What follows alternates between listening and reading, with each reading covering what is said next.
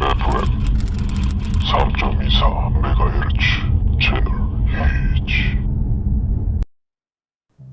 첫 번째 이야기. 그 여자, 그 남자. 건너편 집에 사는 남자가 이상하다. 창문을 열면 가끔씩 우리 집 쪽을 바라보는 그 남자와 눈이 마주친다. 내가 노려보면 남자는 다른 곳을 보며 땀청을 피운다. 창문은 불투명하고 블라인드도 있어서 안을 훔쳐보지는 못하겠지만 아무리 그래도 여자 혼자 사는 방을 저렇게 쳐다보는 건 실례인 것이 분명하다.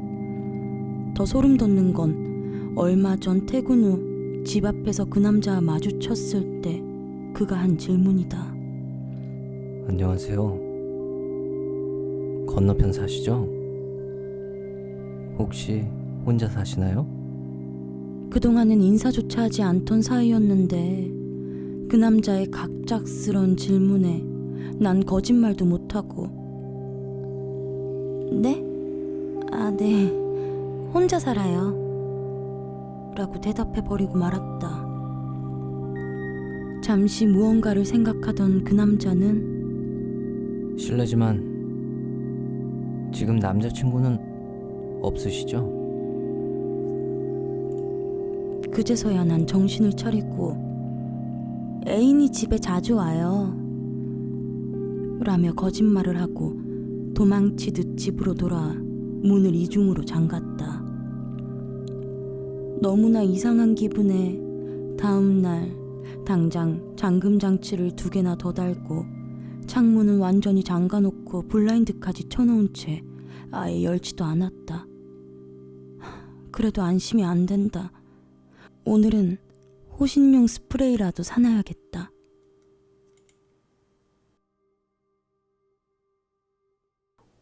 건너편 집이 좀 이상하다.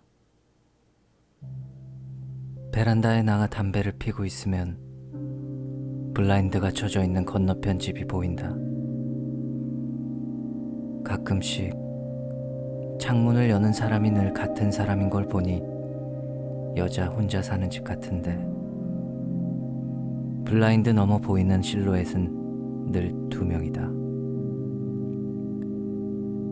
이상한 생각이 들어 실례를 무릅쓰고 물어봤지만 아무래도 좋지 않은 오해를 받은 듯하다. 형태로 보면 분명히 남자 1명, 여자 1명인데 그냥 그러려니 하고 넘어가려 했지만 그러기엔 좀 꺼림칙하다.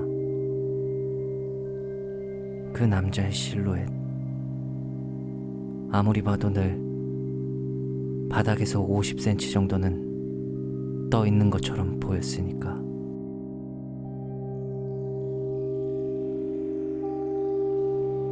두 번째 이야기. 그들은 누구인가? 제가 갓 20살 정도 되었을 때 일입니다. 그때 전 이상한 꿈을 하나 꾼 적이 있어요. 꿈속에서 학교 건물이 무너졌죠. 저는 그 속에서 정신을 잃었는데 깨어나서 눈을 떠보니 생전 처음 와본 곳이었습니다. 풍경은 현실 세계와 같았지만 왠지 모를 이질감이 있어서 저승일지도 모르겠다는 생각이 들더라고요. 저는 제 생각이 맞는지 확인해보고 싶어서 돌아가신 할머니 핸드폰에 전화를 걸어봤어요. 010으로 통합되기 전 번호라 다른 사람이 사용할 수 없는 번호임에도 신호가 가더라고요. 하지만 심한 잡음이 멈추지 않고 들리기에 결국 전화통화는 포기하고 그곳을 빠져나가기 위해 하염없이 걷기 시작했습니다. 그러다가 뭔가 작업을 하고 있는 듯한 남자를 마주치게 되었습니다. 무슨 생각이었는지는 사실 정확히 모르지만 그 남자에게 말이라도 걸어보자는 생각에 그 남자의 손을 덥석 잡았습니다. 그러자 남자는 하들짝 놀라더니 손이 왜 이렇게 뜨겁냐며 저에게 버럭 소리를 지르더라고요. 저는 그 남자에게 아직 나는 살아있으니 제발 도와달라며 무작정 빌었습니다. 그러자 남자는 한동안 고민하더니 일단 알겠다며 잠시 저기 뒤에 숨어 있으라고 하더라고요. 남자가 가리킨 곳으로 가서 몸을 숨기자 곧 남자의 동료로 보이는 사람이 왔고 식사 시간이었는지 남자에게 무엇을 먹을 건지 물어보더라고요. 남자는 친구와 약속이 있으니 자긴 괜찮다며 동료를 돌려보냈습니다. 동료가 사라지는 것을 확인한 남자는 제게 다가 이렇게 말했습니다. 일단 친구 불러서 같이 너를 데려다 줄 테니까 우리를 잘 따라와. 누군가를 따라가거나 아무것도 먹지 말고 말이야. 얼마 뒤 남자의 친구로 보이는 사람이 왔고 셋이서 이런저런 이야기를 하며 저희 집으로 향했습니다. 집에 가는 길은 무섭지 않았고 오히려 재밌었습니다. 얘는 오빠란 말 엄청 좋아해. 한번 해봐. 그렇게 농담도 주고받고 어떤 아이가 같이 놀자며 제게 다가오자 안 돼. 언니랑 오빠는 지금 바쁘니까 저기 가서 놀아. 그렇게 제게서 아이를 떼어줬어요. 그리고 저는 그 꿈에서 깨어났죠. 그 꿈을 꿨을 당시에는 너무나도 생생한 꿈 내용이 독특하기도 해서 처음엔 제게 곧 무슨 일이라도 생기는 건 아닌가 걱정도 했습니다. 하지만 걱정과는 달리 제게 별다른 일이 생기지 않았고 그 꿈은 어느새 제 기억 속에서 잊혀져 갔습니다. 그리고 나서 몇 년 뒤 저는 다른 꿈을 꾸었습니다. 제가 야외 카페에 홀로 앉아 커피를 마시고 있는데 한 남자 한 명이 다가와 말을 걸더라고요. 오랜만이네. 잘 지냈어? 하지만 전 아무리 봐도 처음 보는 남자였어요. 그래서 저는 그 남자에게 누구세요? 물었죠. 그러자 그 뒤에서 남자 한 명이 더 나타나더니 제게 아는 체 했던 남자에게 말을 걸었고 저는 그 말을 듣자마자 꿈에서 깨어났습니다. 거봐, 내가 우리 기억 못할 거라고 했지? 그 이후로는 이런 꿈을 더는 꾸지 않았습니다. 지금까지 별 문제 없이 결혼해서 애도 낳고 잘 살고 있고요. 그 남자분들의 정체는 사실 아직도 잘 모르겠습니다. 세 번째 이야기. 장례식장에서 만난 그 아줌마. 누구의 장례식이었는지 정확히 기억은 안 납니다. 너무 어릴 때라 잘은 모르겠지만 가족이나 친척은 아니었던 것 같아요. 그리고 전 그때 너무 어려서인지 장례식장의 한켠에 딸린 작은 구석방에서 혼자 장난감을 가지고 놀았어요. 그곳은 장례식장에 오래 머무는 사람들이 잠시 휴식을 취하거나 잠을 자는 용도로 쓰이는 방 같아 보였는데 실제로 그 방을 사용하는 사람은 거의 없었어요. 때문에 그 방은 그냥 외투를 놓거나 하는 용도로 쓰였던 것 같아요. 저는 외동이었는데 부모님이 저를 딱히 맡겨놓을 곳도 없으시고 해서 장례식장에 데려왔던 거라 제 또래 아이들이 없어서 부모님은 이리저리 신경 쓰시느라 제게 신경을 잘 못 써주셨어요. 낯선 사람들밖에 없는 그곳에서 어머니는 장난감과 동화책 몇 권을 들려주시고는 그 작은 방으로 들어가 있으라고 하셨습니다. 그때가 한겨울이었는데도 장례식장과 달리 방 안이 왠지 따뜻했던 걸로 기억이 나네요. 사람들의 외투만 정신없이 늘어져 있는 그곳에서 저는 동화책을 읽고 장난감을 가지고 놀았어요. 사실 죽음이라는 개념도 아직 잘 모르고 장례식장에 대한 두려움은 크게 없어서 무서운지도 잘 몰랐던 것 같아요. 그러다 조금 심심해져서 그냥 방 안을 멍하니 구경하고 있었는데 갑자기 방문이 조심스럽게 열리더니 어떤 아주머니의 얼굴이 살짝 보였어요. 별다르게 기억나는 건 없고 특징이라면 오히려 지나치게 평범한 것이 특징이었달까요? 그냥 어디서나 볼 수 있을 것 같은 흔한 아주머니였어요. 그리고 표정이 아주 상냥하셨던 것 같아요. 아주머니는 고개를 문 사이로 살짝 내민 채 웃으며 저에게 물으셨습니다. 아가, 여기서 뭐해? 저는 별 생각 없이 지금 책 읽고 있어요 하며 어머니가 주신 동화책을 보여드렸습니다. 그러자 아주머니가 칭찬을 해주시고 또 웃으시며 물으셨어요. 배고프진 않아? 그 말을 듣고 보니 약간 배가 고프다는 생각도 들어서 그냥 그렇다고 대답을 했습니다. 그러자 그럼 아줌마랑 밖에 나가서 뭐 좀 먹자. 아까부터 여기 계속 있었잖아. 아줌마랑 가자. 그 아주머니가 제가 여기에 계속 있었다는 것을 어떻게 아셨던 걸까요? 지금 생각하면 이상하지만 그땐 역시 별 생각을 못했던 것 같아요. 하지만 저는 꽤 낯을 가리는 성격이라 낯선 사람들이 많은 곳에 나가고 싶은 생각이 별로 없었습니다.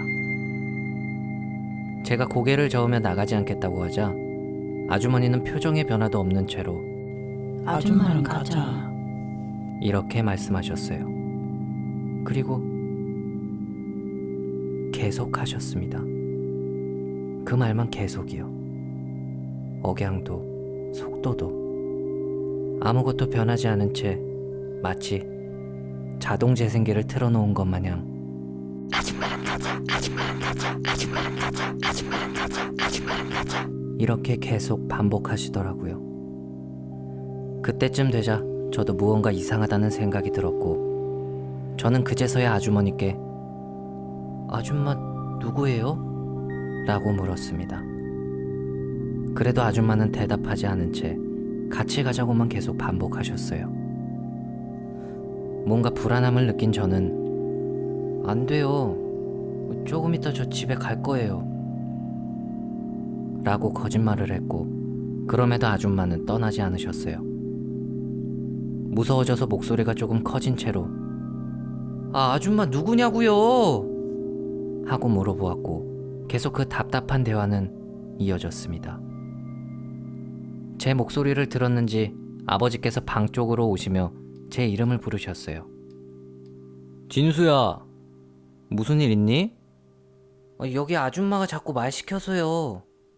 아줌마? 어떤 아줌마?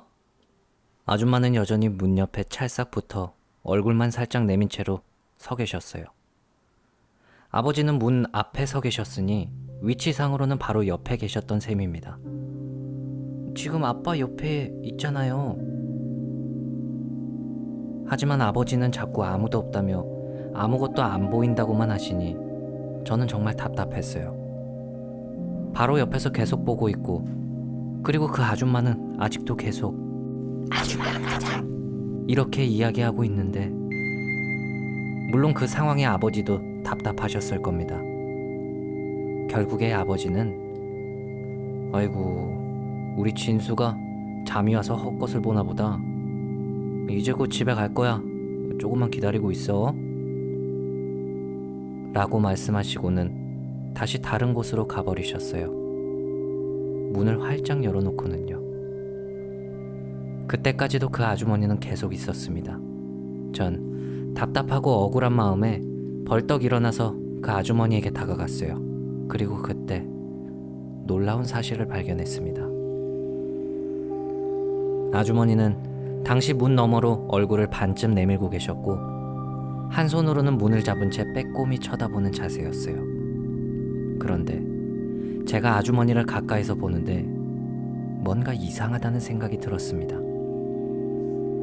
그 아줌마를 지나쳐 문을 넘어가 버리자 아줌마의 뒷모습이 보였는데 정확히 얼굴 반쪽과 문 너머 보였던 손 하나를 제외한 몸이 없었습니다. 공중에 얼굴 반과 손 하나가 문을 붙들고 둥둥 떠 있었던 겁니다. 제가 그 뒷모습을 보며 벙쪄 있으니 아줌마가 천천히 고개를 돌렸고 여전히 얼굴 반쪽과 손 하나로 문을 붙든 채로 저를 쳐다보며 똑같은 말을 반복했어요.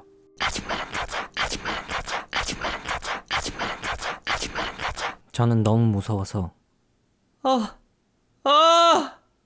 하고 소리를 질렀고 엄마에게 달려가 엉엉 울며 이상한 아줌마가 얼굴이 떠 있다느니 몸이 없는 아줌마가 말을 건다느니 알 수 없는 말을 횡설수설로 늘어놓았고 엄마는 뭔가 이상하다 싶어 집으로 데리고 갔다고 하더군요. 지금도 누군가 방문을 열고 얼굴만 내밀고 이야기하는 게 굉장히 무섭습니다. 네 번째 이야기. 부산 단감동 하장터 계담. 저희 아버님이 70년대 택시 운전을 하셨을 때 경험하신 이야기라고 했어요. 부산 대신동 삼복도로에서 밤 10시쯤 남녀 2명이 택시를 탔대요. 그 당시엔 택시를 타는 젊은 사람들은 극히 드물었다고 했어요. 1시간 거리도 걸어가던 시기라고. 그 두 사람은 서로 떨어져서 앉고 행동이나 말도 조심하고 뭐 친해 보이지도 않고 커플로는 보이지 않았다고 했습니다. 택시를 탄 시간은 무려 2시간 정도? 내리지도 않고. 아저씨, 용두산 공원이요. 남포동도 가주세요. 다음은 태종대요. 해운대 바다도 한번 갈게요. 그렇게 짧게 행섬지만 남자가 말했답니다. 혹시 실례가 안 된다면 차비는 있으신 거죠? 여기요. 30만 원 먼저 드릴게요.